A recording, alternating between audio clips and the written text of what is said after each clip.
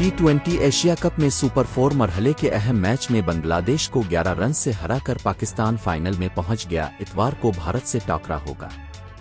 शाहीन शाह अफरीदी को all-round performance पर player of the match करार दिया गया।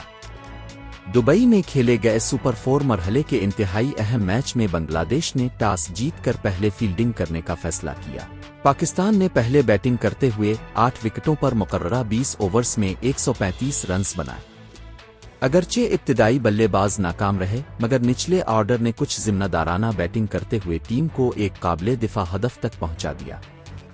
जवाब में बांग्लादेश के ओपनर्स और मिडिल ऑर्डर पाकिस्तान के स्पिनर्स के सामने बेबस नजर आए। शाहीन शाह अफरीदी ने पावर प्ले में 2 शिकार किए, जबकि साइम अयूब ने दरमियान के ओवर्स में 2 अहम विकेटें लेकर बांग्लादेश का रन रेट काबू से बाहर कर दिया।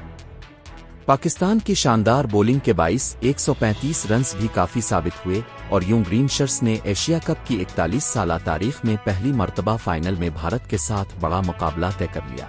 मजीद खबरों और अपडेट्स के लिए newsbreaktv.com की वेबसाइट विजिट करें।